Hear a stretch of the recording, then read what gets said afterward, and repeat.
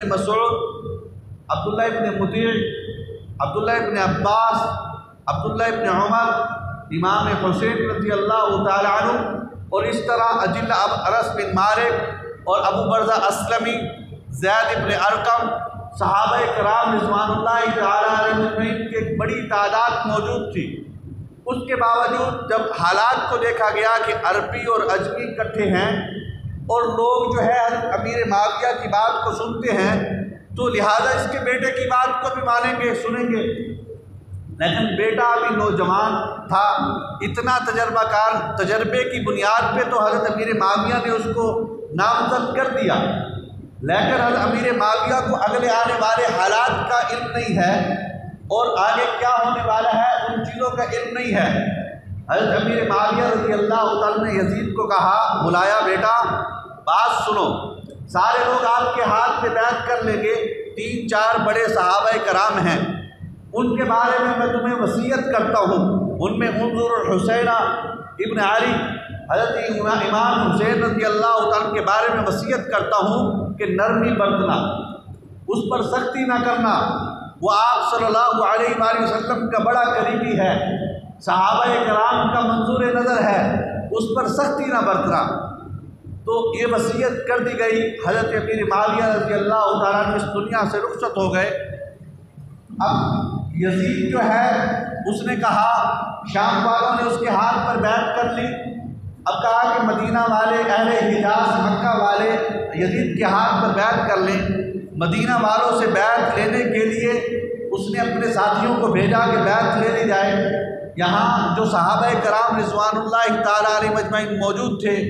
بشمول حضرت عبداللہ ابن عباس، حضرت عبداللہ ابن عمر رضی اللہ تعالیٰ عنہ، انہوں نے بیعت کر لی۔ امام حسین رضی اللہ عنہ نے کہا کہ ابھی موقع موجود ہے، صرف شام والوں نے بیعت کی ہے، مکہ والوں نے بیعت نہیں کی، یمن والوں نے بیعت نہیں کی، کوفہ والوں نے بیعت نہیں کی، عراق والوں نے بیعت نہیں کی، ابھی بیعت مکمل نہیں ہوئی، لہذا یزید خلیفہ ہی نہیں بنا۔ تو حضرت کے ذہن میں یہ تھا، حضرت امام حسین رضی اللہ تعالیٰ عنہ عبداللہ ابن زبیر راتوں رات منتقل ہوئے، مکہ کی طرف جانے لگے۔ راستے میں عبداللہ ابن مطیع اور حضرت امام حسین خود بخود نہیں جا رہے تھے، بلکہ لوگ ان کے ساتھ رابطہ کرتے تھے کہ آپ علم بلند کریں، ہم آپ کے ساتھ ہیں، اور لوگ اسلام کے مضبوطی اور یگانگت اور وحدانیت کو دیکھنا بھی نہیں چاہتے تھے۔ جہاں اتنے شہر فتح ہو گئے، اتنے ملک فتح ہو گئے، اور جو ہے آدھی دنیا پر اسلام کا پھریرا لہرا دیا گیا، اسلام کا علم بلند کر دیا گیا، وہاں حاسدین پیدا ہو گئے۔ کسی کا ملک لٹ گیا تو ملک کی بنیاد پر ابو لؤلؤ مجوسی نے حضرت عمر فاروق کو قتل کر دیا۔ حضرت عثمان غنی رضی اللہ تعالیٰ عنہ کا مدینہ منورہ میں ان کا گھیراؤ کر لیا گیا، اس وجہ سے کہ اجمی لوگ اسلام کے اندر داخل ہو گئے، ان کے اندر اسلام اس طرح راسخ نہیں تھا جس طرح صحابہ کرام کے اندر تھا، تو وہ جو ہے وہ ورغلاتے رہتے تھے۔ حضرت علی رضی اللہ تعالیٰ عنہ فرمایا کرتے تھے کہ شام میں امیر معاویہ کی حکومت موجود ہے، اس کے جو ماننے والے ہیں وہ زیادہ وفادار ہیں، اگر امیر معاویہ ایک بندہ دے دے، مجھ سے 10 بندے لے لے، میں سودا کرنے کے لیے تیار ہوں۔ تو لوگ حضرت علی رضی اللہ تعالیٰ عنہ کے ساتھ بھی تھے، جب ساتھ ہو کے بڑھایا، ہم ساتھ ہیں آپ چلیں، تو اس وقت کیا ہے، ساتھ آگے کر لیا، لڑنے کے لیے نہیں آئے، خود لڑائی درمیان میں ڈالنے کے لیے آتے ہیں یہ لوگ، اور صحابہ کرام میں آپس میں دراڑ ڈالنے کا یہ لوگ سبب بنے۔ حضرت امیر معاویہ کے ہاتھ پہ بیعت کر لی گئی تو امام حسن کو خط لکھنا شروع کر دیے، آپ ہمارے پاس آ جائیں، ہم آپ کو پروٹوکول دیں گے، آپ کو امام بنائیں گے، آپ جو ہے ایک دفعہ آ کر تو دیکھیں۔ امام حسن رضی اللہ تعالیٰ نے فرمایا، مسلمانوں میں وحدانیت قائم ہے، حق کا بول بالا ہے، مجھے ضرورت نہیں ہے۔ اب چونکہ یزید کے ہاتھ پہ خلافت آ گئی اور یزید نے بیعت کروانا چاہیے، امام حسین رضی اللہ عنہ نے دیکھا یزید اس کا اہل نہیں ہے، اور ان کے ہاں حق خلافت یزید کا نہیں بنتا بلکہ حق خلافت صحابہ کرام کا بنتا ہے، تو حضرت امام حسین رضی اللہ عنہ نے کوچ کیا، مدینہ سے چلے ہیں، راستے میں حضرت عبداللہ ابن مطیع ملے۔ عبداللہ ابن مطیع نے کہا، اے حسین کہاں کا ارادہ ہے؟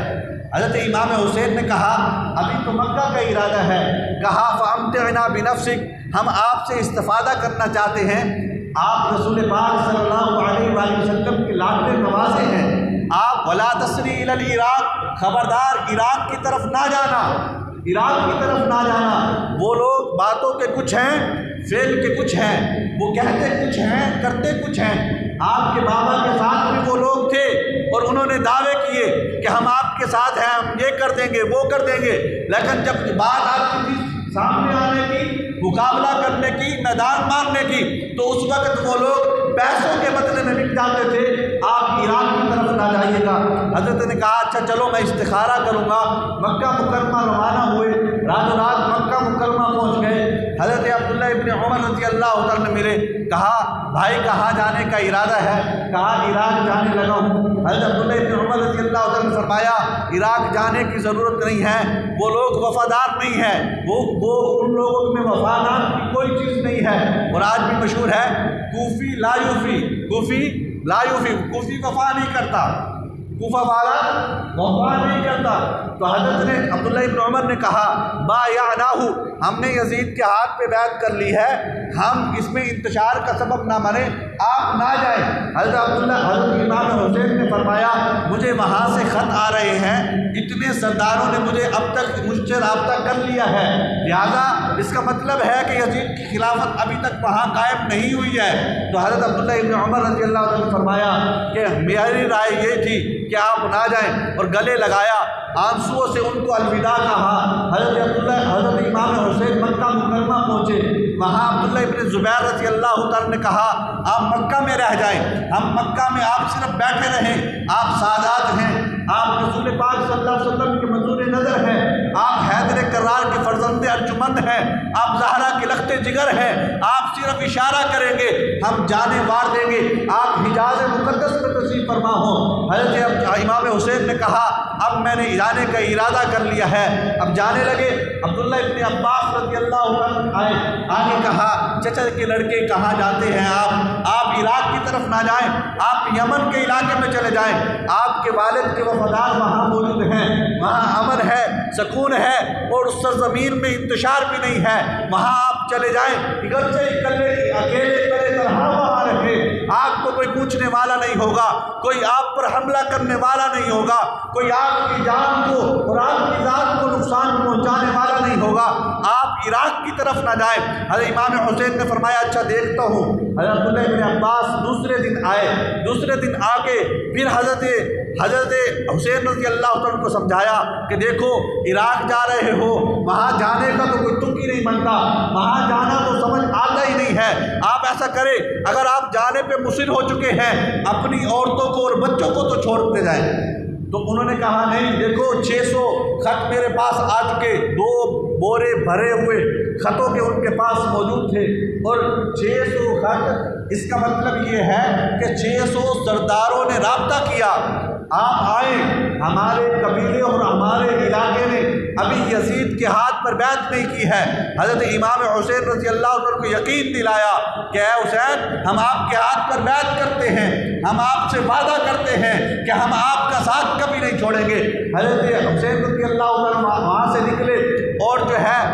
مسجد عائشہ تنیم کراس کیا، وہاں عبداللہ ابن جعفر کا خط ملا، عبداللہ ابن جعفر کے خط کھول کے دیکھا، اس میں لکھا ہوا تھا وَلَا تَسْرِي إِلَى الْعِرَاقِ، عراق کی طرف نہ جائیں، جب آپ کو خط مل جائے آپ مکہ مکرمہ واپس لوٹ جائیں یا مدینہ منورہ پہ چلے جائیں، عراق والوں کی زبانیں آپ کے ساتھ ہیں، تلواریں جو ہیں وہ یزید کے ساتھ ہیں، لہذا آپ وہاں نہ جائیں، اگر جانا بھی چاہتے ہیں تو کوفہ والوں کو کہیں آپ پہلے جو ہے وہاں کے جو گورنر یزید نے بنا کے بھیجا ہے، یہ یزید کے ہاتھ پر جو بیعت ہے ان یزیدیوں کو کوفہ سے نکال دیں۔ سمجھ میں آتی ہے جب یزیدی کوفہ سے نکل جائیں گے تب ہم وہاں آ جائیں گے، لیکن امام حسین جب اجل اور تقدیر میں فیصلہ ہو چکا ہوتا ہے تو انسان اس کی طرف خود بخود کھینچا چلا جاتا ہے۔ امام حسین رضی اللہ تعالیٰ عنہ وہاں چلے اور امام مسلم کو بھیجا کہ آپ جا کے وہاں حالات معلوم کر کے آئیں۔ حضرت مسلم رحمہ اللہ وہ کوفہ پہنچے، سامنے شام کا وقت تھا تو 12,000 کا لشکر گھوڑوں کے سمیت تلواروں کے سمیت اور باغ سنبھالے ہوئے سامنے موجود تھے۔ کہا کہ دیکھو ہم آپ کے وفادار موجود ہیں، 12,000 کا لشکر تو ابھی تیار ہے، دوسرے قبائل سے آئیں گے وہ الگ ہمارے ساتھ ہوں گے، آپ چلیں، آپ خط لکھیں امام حسین کو۔ حضرت مسلم رحمہ اللہ نے خط لکھا اور لکھ دیا کہ 12,000 کا لشکر میرے ساتھ موجود ہے، باقی جمع ہو رہے ہیں انشاءاللہ، اور انہوں نے یزید کے ہاتھ پہ بیعت نہیں کی، ہمارے سامنے موجود ہیں۔ امام حسین تک خط لے کے جانے والا وہ خط لے کے گیا، شام ہونے سے پہلے 12,000 لوگ بتر بتر ہو گئے، ہر کوئی اپنے گھر چلا گیا اور حضرت امام مسلم اکیلے رہ گئے۔ ایک گھر میں پناہ لی، 2-3 دن وہاں رہے، وہاں حکومت کو مخبری ہو گئی کہ امام مسلم وہاں موجود ہیں۔ پھر وہاں سے دوسرے گھر میں پناہ لی، پھر مخبری ہو گئی کہ وہاں موجود ہیں۔ تیسرے گھر میں پناہ لی، پھر مخبری ہو گئی، وہاں وہ لوگ پیسوں پہ چلتے تھے، جس طرح پیسوں پہ لوگ خریدے جاتے ہیں، یہ ہمارے ہیں یہ ہمارے ہیں، تو اسی طرح وہاں کوفہ کے لوگ وہ پیسوں پہ چلتے تھے، ان کو جو پیسے دے دیتا اس کے ہاتھ پہ بیعت کر لیتے، اس کے ہاتھ پہ ایمان لے آتے تھے۔ اب جو ہے تیسرے گھر میں حضرت مسلم رحمہ اللہ کو، مسلم بن عقیل رحمہ اللہ کو گرفتار کر لیا گیا اور ان کے ساتھیوں سمیت ان کو سولی پہ چڑھا دیا گیا۔ حضرت حسین رضی اللہ تعالیٰ عنہ قادسیہ کا راز کر چکے تھے، قادسیہ کے راستے میں آ رہے تھے تو انہوں نے دیکھا ایک شخص دور سے آ رہا ہے، اس فرض تک وہ شائع تھا، انہوں نے پوچھا کہ بتاؤ حالات کیسے ہیں؟ کہا حالات یہ ہیں، کوفہ والے آپ کے ساتھ نہیں ہیں، وہ آپ کے انتظار میں ہیں، جو ہی آپ کوفہ میں پہنچیں گے آپ کے سر کو تن سے جدا کر دیں گے۔ اور پھر جو ہے انہوں نے مسلم رحمہ اللہ کو چھوڑا نہیں، ان کو سولی پہ چڑھا دیا ہے۔ امام حسین رضی اللہ عنہ نے ارادہ کیا واپسی کی جائے، وہاں جانے کا کوئی فائدہ نہیں ہے، لڑائی کے لیے نہیں نکلے تھے، جنگ کے لیے نہیں نکلے تھے، بلکہ امن کے قیام کے لیے نکلے تھے، ایک حکومت اسلامیہ کے نفاذ کے لیے نکلے تھے۔ لیکن جب دیکھا وہاں حالات سازگار نہیں ہیں تو انہوں نے واپسی کا ارادہ کیا۔ تو اب جو ہے حضرت قاسم کے جو قاسم حضرت حسن رضی اللہ عنہ کے بیٹے تھے، ان کے دوسرے بھائی عبداللہ، عبد الرحمن اور جعفر، انہوں نے کہا اب تو واپسی کا کوئی ارادہ نہیں ہے، ہم قاسم کا بدلہ لیے بغیر واپس نہیں جائیں گے۔ تو امام حسین قادسیہ کے میدان سے پھر آگے نکلے اور کربلا کے بالکل قریب آ کے وہاں انہوں نے پڑاؤ ڈالا۔ حور بن یزید وہ 1,000 کا لشکر لے کے آیا، سامنے آ گیا اور اس نے امام حسین سے آ کے مذاکرات کیے کہ آپ بات کو مانیں، آپ نوعیت کو سمجھیں، آپ کوفہ کے راستے پر نہ جائیں، کوفہ جائیں گے وہاں آپ کامیاب نہیں ہوں گے، اور آپ جو ہے یزید کے پاس چلے جائیں، ہماری مانیں، اس کے ہاتھ پر بیعت کر لیں، اور پھر جو ہے ہم کامیاب ہو سکتے ہیں، ورنہ یہ لوگ آپ کو مارنے اور قتل کرنے کے در پہ ہیں۔ حور بن یزید نے باتیں کی، امام حسین نے کہا نہیں، میرے پاس تو یہ خط ہے، اور اس خط میں ایک تمہارے نام کا بھی خط ہے، جو 1,000 کا لشکر لے کر کے آئے ہو، تم نے بھی تو مجھے خط بھیجا ہے۔ حور بن یزید نے کہا واللہ خدا کی قسم مجھے تو ان خطوں کا علم نہیں ہے۔ 2 بورے تھے خطوں کے، نکال کے سامنے رکھ دیے، کہا یہ ان لوگوں نے بیعت کی ہوئی ہے۔ حضرت حور بن یزید نے کہا اچھا ایسا کرو، آپ کوفہ کے رستے پہ نہ چلو، وہاں لوگ وہ بے وفا ہیں، وہ آپ ہی کو شہید کر دیں گے، آپ کوفہ والوں کو چھوڑ دو، آپ مدینہ کے رستے پہ بھی نہ جاؤ، میری بات کو مانو، میں یزید کو خط لکھتا ہوں کہ امام حسین کوفہ کی طرف نہیں جا رہے، آپ کسی اور رستے کو لے لیں، آپ نہ مدینہ جائیں، میں اپنی ڈیوٹی پوری کر رہا ہوں، لہٰذا میں اپنی ڈیوٹی پر معمور ہوں، آپ کسی اور رستے کو لے کے چلیں۔ حضرت امام حسین رضی اللہ تعالیٰ چلے، کربلا کی وادی کے اندر آئے، پوچھا یہ وادی کون سی ہے؟ کہا کربلا، کہا ہادی موضع الکرب والبلاء، یہ امتحان اور مصیبتوں کی جگہ ہے۔ وہاں جب پہنچے، اب حور بن یزید اکیلا 1,000 کے لشکر کے ساتھ موجود ہے، عمر بن سعد وہ بھی 4,000 کا لشکر لے کے ساتھ آ گیا، کہا عبید اللہ بن زیاد نے بھیجا ہے، آپ سے مذاکرات کرنے ہیں، آپ سے بات چیت کرنی ہے، آپ چلیں یزید کے ہاتھ پہ بیعت کر لیں، آپ کو چھوڑ دیا جائے گا۔ اب اگر آپ یزید کے ہاتھ پہ بیعت کرتے ہیں تو آپ خوشی کی بات ہے، آپ کا نہ خون بہایا جائے گا، نہ آپ کے راستے میں رکاوٹ دی جائے گی، اور تمام لوگ یہ حتیٰ کہ کوفہ والے بھی یزید کے ہاتھ پہ بیعت کر چکے ہیں، آپ ان کے ورگلانے پہ نہ آئیں۔ عمر بن سعد بھی چاہتا تھا کہ آپس میں معاملات نبٹ جائیں۔ حضرت امام حسین نے فرمایا اچھا چلو اختر منی الثلاث، میں 3 باتیں تمہارے سامنے رکھتا ہوں، ان 3 باتوں کو مان لو۔ اختر منی الثلاث، ان 3 باتوں کو مان لو۔ اما انا الحق بفکر من الثغور، یا تو میں سرحدوں پر چلا جاتا ہوں، وہاں جہاد پہ شریک ہو جاتا ہوں، ساری زندگی اعلاء کلمت اللہ کے لیے جہاد میں گزاروں گا۔ وَإِمَّا أَنْ أَرْجِعَ إِلَى الْمَدِينَةِ الْمُنَوَّرَةِ، یا تو دوسری بات یہ ہے میں مدینہ منورہ میں چلے جاؤں اور خاموشی سے اپنی زندگی گزاروں، کسی کو میں نہ پوچھوں، کوئی مجھے نہ بلائے۔ وہ تیسری بات کیا ہے؟ إِمَّا أَنْ أَضَعَ يَدِي إِلَى يَدِ يَزِيدِ بْنِ مُعَاوِيَہ، تیسری بات یہ ہے کہ میں یزید بن معاویہ کے ہاتھ میں بیعت کر لوں۔ یہ الاصابہ فی تمییز الصحابہ امام ابن حجر عسقلانی نے لکھا ہے، اور یہ بات 21 حوالوں سے پوری دنیا میں موجود ہے۔ یہ 3 باتیں ان کے سامنے رکھی،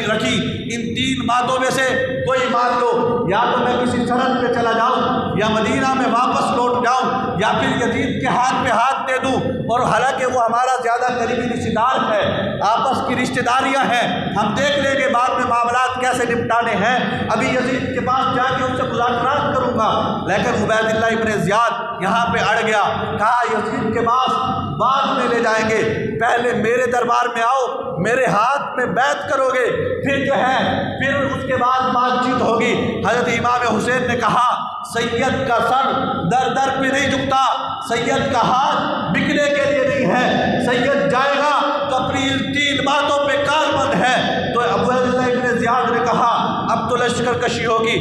شمر ذوالجوشن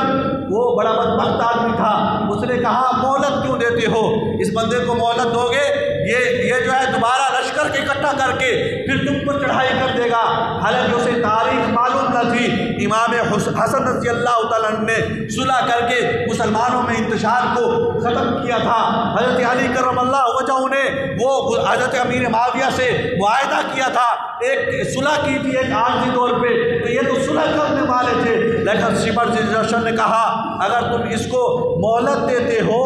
تو پھر یہ بندہ دوبارہ لشکر جمع کر کے دوبارہ آئے گا، ان کو مہلت دینے کی ضرورت نہیں ہے۔ عمر بن سعد نے کہا میں تو لڑائی نہیں کرتا۔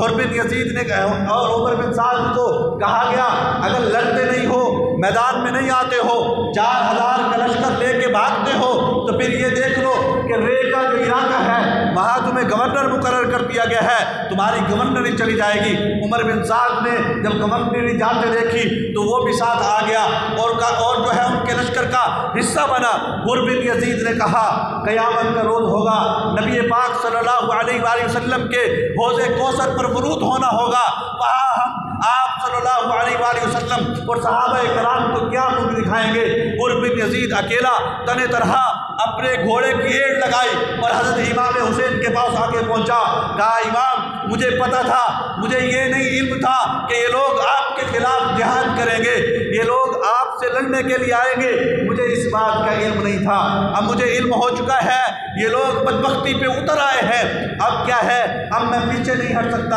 اب میں بھی آپ کے ساتھ کھڑے ہو کے آپ کے شانہ بشانہ لڑوں گا۔ عمر بن سعد وہ سامنے لشکر لے کر کے آیا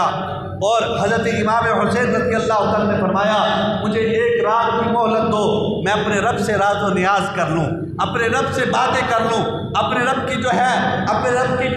عبادت کر لوں، اپنے رب کے آگے آنسو بہا لوں۔ 1 رات کی مہلت دے دی گئی۔ حضرت امام حسین رضی اللہ تعالیٰ عنہ ساری رات قرآن پڑھتے رہے اور قیام کے اندر نماز کے اندر اپنا وقت گزارا، تہجد پڑھی ہے اور نماز فجر پڑھ کے فارغ ہوئے ہیں۔ عمر بن سعد لشکر سامنے لے کے آیا اور حضرت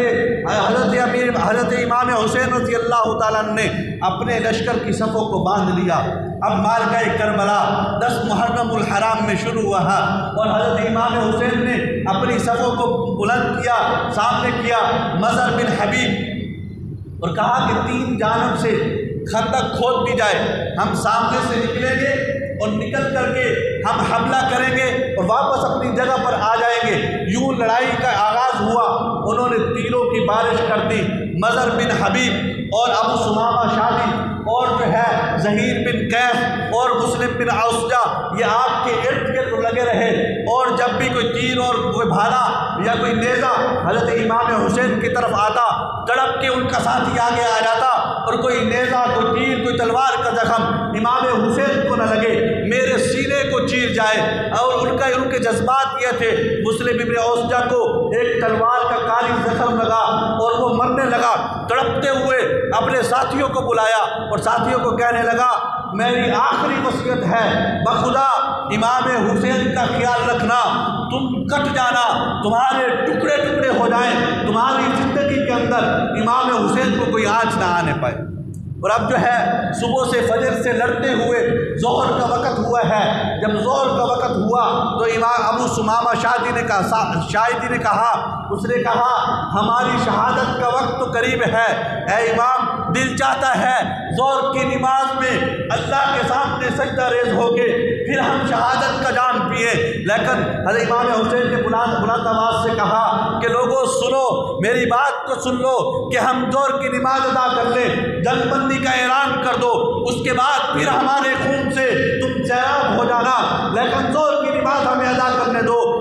آپ رضی اللہ تعالیٰ عنہ کی بات نہ سنی گئی۔ حضرت ابو سمامہ سعدی جو ظہر کی خواہش رکھتے تھے ان کو وہ اسی حالت کے اندر شہید ہو گئے۔ حضرت امام حسین رضی اللہ تعالیٰ نے ظہر کی نماز نہیں چھوڑی، ایک لشکر کا آدھا حصہ انہوں نے کہا آگے جا کے آپ لڑو، اور پیچھے جو ہے خود اپنے چند ساتھیوں کے ساتھ ظہر کی نماز پڑھی ہے اور جماعت کے ساتھ پڑھی ہے، اور ہمارے لیے یہ سبق اور درس دیا ہے تلواروں کے سائے میں بھی نماز عشق ادا کی جاتی ہے۔ تو آج ہم نمازیں چھوڑ دیتے ہیں، ہماری دکانداری ہے، ہمارے دفتر کا کام ہے، ہمارے فلاں مسائل ہیں، امام حسین نے تو تلواروں کے سائے میں بھی اپنی نماز کو نہ چھوڑا۔ آج ہماری امت اور آخری وقت میں رسول پاک صلی اللہ علیہ وآلہ وسلم کیا فرما کے گئے؟ الصلاۃ وما ملکت ایمانکم، میری امت نماز نہ چھوڑنا اور اپنے ماتحتوں کے ساتھ اچھا سلوک کرنا۔ آج ہمارا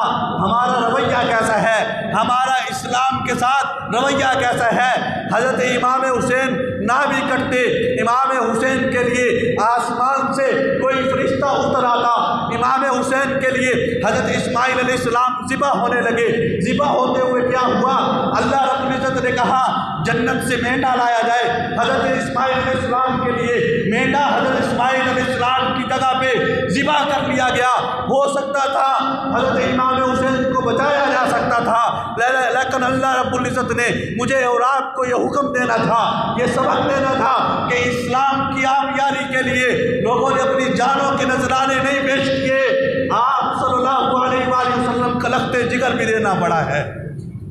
اتنا قیمتی اسلام، اتنا قیمتی ایمان وہ ہمارے پاس پہنچا، ہم نے اسلام کا کیا حشر کیا، ہم نے ایمان کا کیا حشر کیا، ہم نے نمازوں کا کیا حال کیا، یہ ہمارے لیے لمحہ فکریہ ہے۔ امام حسین رضی اللہ تعالیٰ نے نماز ظہر ادا کی ہے، اور نماز ظہر ادا کرنے کے بعد مسلم بن عوسجہ بھی شہید ہو گئے، حر بن یزید بھی شہید ہو گئے، مضر بن حبیب بھی شہید ہو گئے، اور امام حسین رضی اللہ تعالیٰ کے 5 بھائی حضرت علی کرم اللہ وجہہ کے 5 اور بیٹے، کل 6 بیٹے شہید ہوئے، مسلم بھی حضرت امام جعفر بھی شہید ہوئے، امام حسین بھی شہید ہوئے، محمد بھی شہید ہوئے، عثمان بھی شہید ہوئے، ابو بکر بھی شہید ہو گئے، امام حسن کے 2 بیٹے بھی شہید ہو گئے، عبداللہ ابن جعفر کے 2-3 بیٹے بھی شہید ہو گئے، عقیل بن ابی طالب کے 4 بیٹے بھی شہید ہو گئے، اہل بیت کے 16-17 افراد یہاں شہید ہو گئے،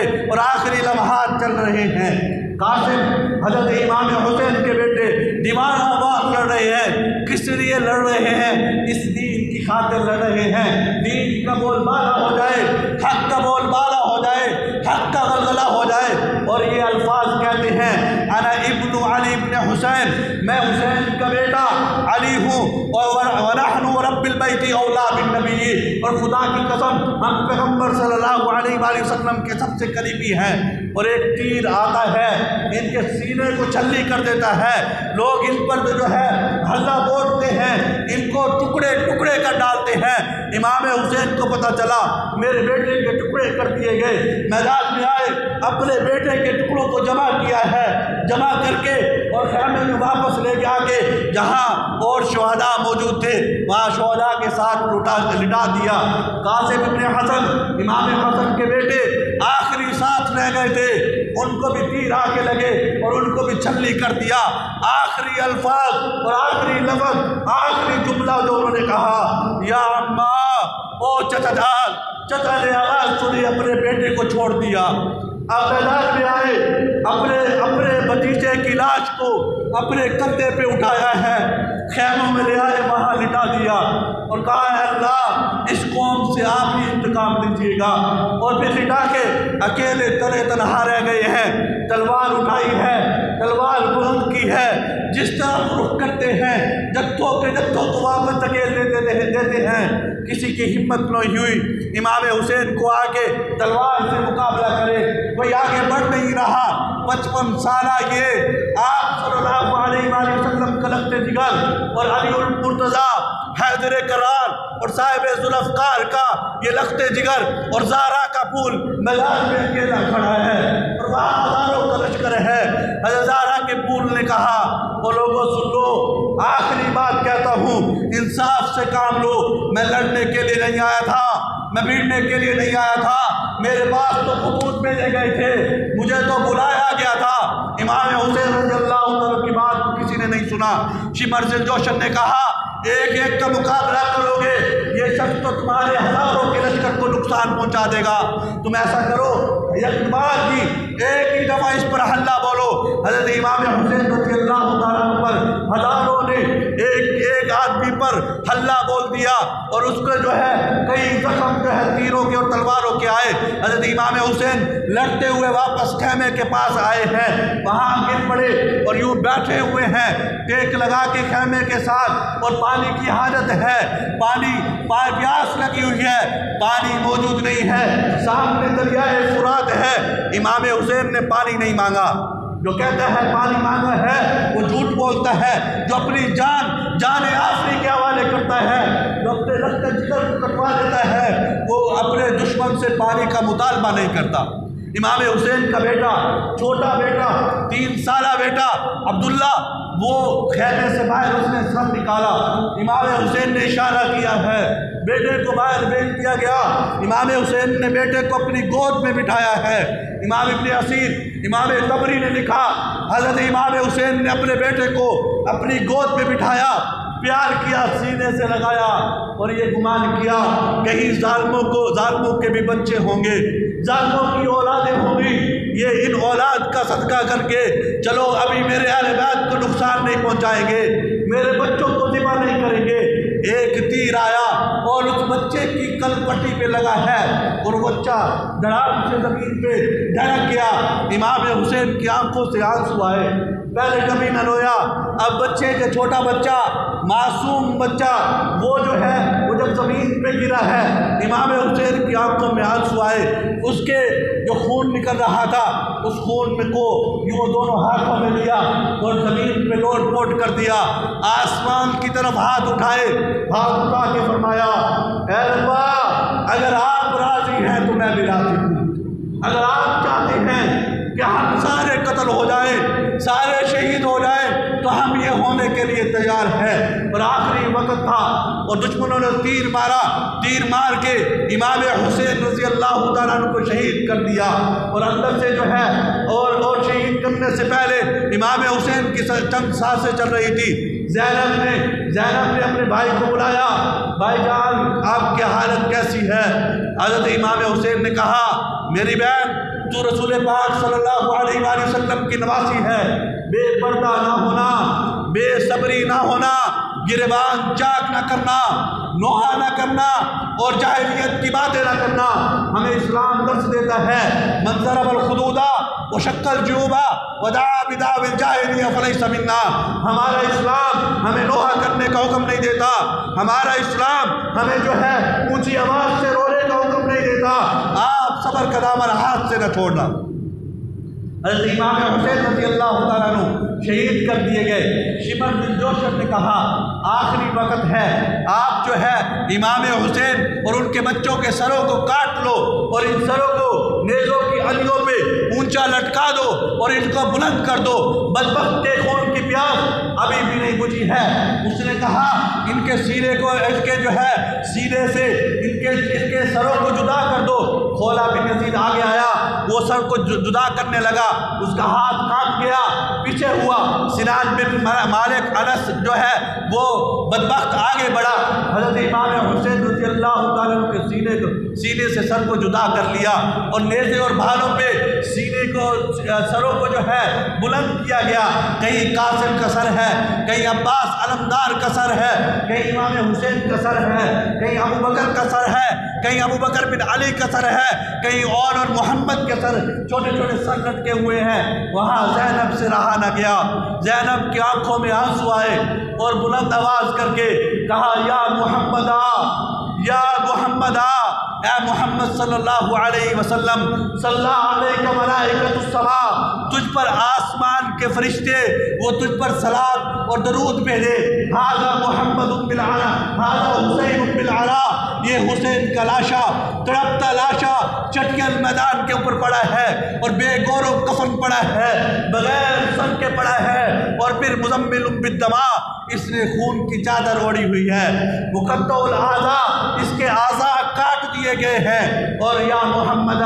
و بناتک سبایا، تیری بیٹیوں کو اے محمد، آپ کی بیٹیوں کو وہ قیدی بنا لیا گیا ہے، وذریتک مقتلا، اور آپ کی ذریت کو شہید کر دیا گیا ہے، اور تصفی علیہ الصبا، اس پر گرم ہوا کے تھپیڑے ان لاشوں پر سے گزر رہے ہیں، کوئی پرسان حال نہیں ہے۔ یہ حالات تھے۔ تو پھر حضرت امام حسین رضی اللہ تعالیٰ عنہ کا سر گورنر کے سامنے لایا گیا، اس گورنر نے سر کو دیکھا، دیکھنے کے بعد چھڑی ان کے ہاتھوں میں ہوتی تھی، چھڑی ناک پہ رکھی ہے، رکھ کے کہا یہ تو بڑا خوبصورت نوجوان تھا۔ حضرت زید بن ارقم موجود تھے، کہا یہ ناک رسول پاک صلی اللہ علیہ وآلہ وسلم کی ناک کی طرح ہے، یہ آپ صلی اللہ علیہ وسلم کے ساتھ مشابہت رکھتی ہے، کیوں نہ خوبصورت ہو۔ اس نے دوسری مرتبہ چھڑی رکھی، اس لبوں پہ لگائی، زید بن ارقم نے کہا بدبخت اس چھڑی کو دور کر لے، میں نے رسول پاک صلی اللہ علیہ وسلم کے ہونٹوں کو ان ہونٹوں کو چومتے ہوئے دیکھا ہے۔ پھر یہ سر جب گئے یزید کے دربار کے اندر، یزید نے، اس نے بھی چھڑی سے، آپ کے دانت چمک رہے تھے، چمکتے ہوئے دانتوں پہ جب چھڑی رکھی، ابو برزہ اسلمی، حضرت انس بن مالک موجود تھے، ابو برزہ اسلمی نے کہا بدبخت یہاں رسول حضرت حسین کو جب بھوک لگی، جب پیاس محسوس ہوئی، کھانے پینے کے لیے کچھ نہیں تھا، رسول پاک صلی اللہ علیہ وآلہ وسلم نے اپنے ہونٹوں کو امام حسین کے ہونٹوں کے ساتھ لگا کے اپنا لعاب مبارک دیا ہے یہاں، اور اس کے دربار سے چلے گئے۔ یہ حالات تھے امام حسین رضی اللہ تعالیٰ عنہ کے قصے تھے۔ قصے کے یہ قصہ ہمیں کیا سکھاتا ہے؟ اسلام کوئی معمولی چیز نہیں ہے۔ اگر معمولی ہوتا، اگر یہ نعمت معمولی ہوتی تو پھر آسمانوں کے فرشتے اتر سکتے تھے، اگر یہ معمولی ہوتی۔ اور حضرت سلمہ رضی اللہ تعالیٰ عنہ فرماتی ہیں 10 محرم اور حرام کا دن ہے، جن کو اونگ آئی اور سو گئے، سوتے ہوئے خواب دیکھا، رسول پاک صلی اللہ علیہ وسلم تشریف فرما ہے، لا رہے ہیں، اشعث اغبرا، غبار آلود ہیں، آپ کے بالوں میں جو ہے وہ مٹی ہے۔ حضرت ام سلمہ نے پوچھا ما ھذا التراب یا رسول اللہ، یا رسول اللہ یہ مٹی کیسی، یہ گرد آپ پر کیسی؟ رسول پاک صلی اللہ علیہ وسلم نے ارشاد فرمایا میں حسین اور اس کے ساتھیوں سے کربلا کی وادی سے آ رہا ہوں۔ اور یہی وقت تھا، حضرت عبداللہ ابن عباس ہوں گے، ترمذی شریف کے اندر روایت موجود ہے، حضرت عبداللہ ابن عباس ہوں گے، ان کو نیند آئی، نیند کے حالت میں رسول پاک صلی اللہ علیہ وسلم کو دیکھا، آپ صلی اللہ علیہ وسلم کے ہاتھ میں کٹورا ہے اور کٹورے میں خون ہے۔ حضرت عبداللہ ابن عباس نے پوچھا یا رسول اللہ ما ھذا الدم، یہ خون کیسا ہے؟ حضرت آپ صلی اللہ علیہ وآلہ وسلم نے ارشاد فرمایا ھذا دم الحسین و اصحابی، یہ حسین اور اس کے ساتھیوں کا خون ہے، میں سارا دن وہاں آج خون جمع کرتا رہا ہوں، یہ امت رسول خدا صلی اللہ علیہ وآلہ وسلم کو کیا منہ دکھائے گی؟ اور آخری بات کرتا ہوں، دوش نبی کے شاہ سواروں کی بات کر، کونوں مکا کے راج دلاروں کی بات کر، اور جن کے لیے ہیں کوثر و تسلیم، ان جو ہے ان تشنا کام بادہ گساروں کی بات کر، خلد بری ہے جن کے لیے جن کے تقدس کی سیرگاہ، خلد بری جن کے تقدس کی سیرگاہ ہے، ان خون میں غرق نگاروں کی بات کر، اور محمد اور جعفر اور چھوٹے چھوٹے بچے کلیوں پر کیا گزری، پھولوں کو کیا ہوا، کلیوں پہ کیا گزری، پھولوں کو کیا ہوا، گلزار فاطمہ کے بہاروں کی بات کر، اور وہ نفس نفس میں تھے قرآن کھلے ہوئے ان کربلا کے سینہ فگاروں کی بات کر، نہ کر شمر لئی کا ذکر میرے سامنے، نہ کر شمر لئی کا ذکر میرے سامنے، شیر خدا کے مرد شعاروں کی بات کر، اور سارے کل جہاں سے افضل ہے گھرانہ حسین کا، نبیوں کے تاجدار ہیں نانا حسین کا، یزید کی حکومت ہے پل پل کی، صدیہ حسین کی، زمانہ حسین کا، وآخر دعوانا الحمدللہ رب العالمین۔